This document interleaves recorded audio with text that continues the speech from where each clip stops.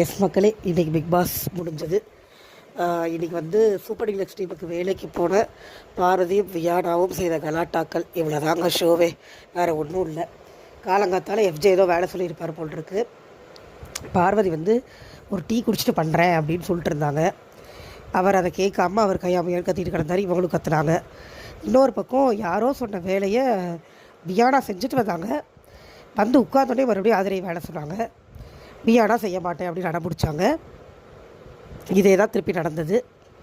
இதில் கனி வந்து அவங்க 2 பேரும் வேலை செய்ய வைக்கிறதுலையே தான் குறியாக இருக்காங்களே ஒழிய, இன்னொரு பக்கம் இருக்கிற அவங்க சொல்கிறத கேட்கணும், அதுக்கு பண்ணணுன்றது அவங்க தாட்லேயே இல்லை. அவங்க கேட்குறது ஒன்றும் பெருசாக நியாயமாக இருக்கிற மாதிரி தெரில.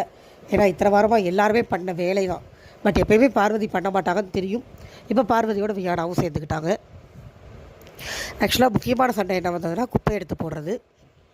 குப்பை எடுத்து போடுறதுங்கிறது மேபி அது இண்டிவிஜுவல் சாய்ஸ். பார்வதிக்கு விருப்பம் இல்லை அப்படிங்கிறதையும் நம்ம ஒன்றும் பெருசாக குறை சொல்ல முடியாது. ஏன்னா அது குப்பை, அவங்க வீட்டு குப்பையை அவங்களே அள்ளி போடட்டுமே அப்படின்னு இவங்க சொல்ல. போன வாரம் வரைக்கும் எல்லோரும் போட்டாங்க, இந்த வாரம் நீங்கள் மட்டும் போட மாட்டேங்கிறீங்கன்னு அவங்க சொல்ல. இப்படியே போச்சு. கனி பஞ்சாயத்துக்கு வந்தாங்க. கனி பஞ்சாயத்து தலைவர் என்ன சொல்லுவாங்க, அவங்க எஃப்ஜே அவங்க டீமுக்கு தான் சார்பாக சொல்லுவாங்க இல்லையா. இப்போ போன வாரம் வரைக்கும் விக்ரம்லாம் எடுத்து போட்டார்ல, அதான் வீட் ரூல்ஸ், இப்படி தான் பண்ணிகிட்ருக்கோம், ஒருத்தங்களுக்காக மாற்ற முடியாது அப்படின்னு அவங்க சொன்னாங்க.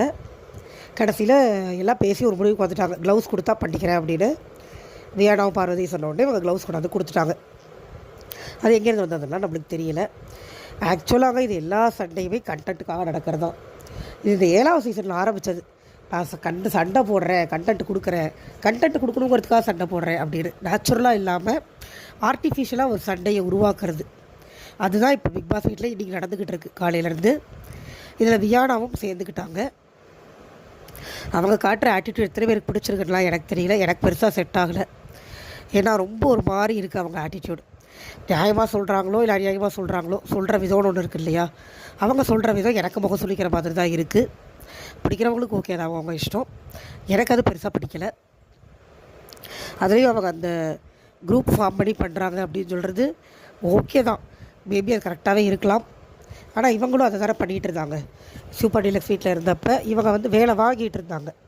இப்போ அங்கே போனோன்னே அவங்களுக்கு வேலை செய்ய முடியல, அதனால் குறை சொல்லிட்டுருக்காங்க. ஆக்சுவலாக லைவில் ஒரு இடத்துல வியானா சொன்னாங்க, அது நான் அப்படி தான் பண்ணுவேன், அதனோட கேம் அப்படின்னாங்க. ஸோ வேணும்னு கண்டென்ட்டுக்காக தாங்க பண்ணுறாங்க, மற்றபடி இங்கே வேலை செய்யணும் செய்யக்கூடாது அது எல்லாமே 2ஆம் பட்சம் தான்.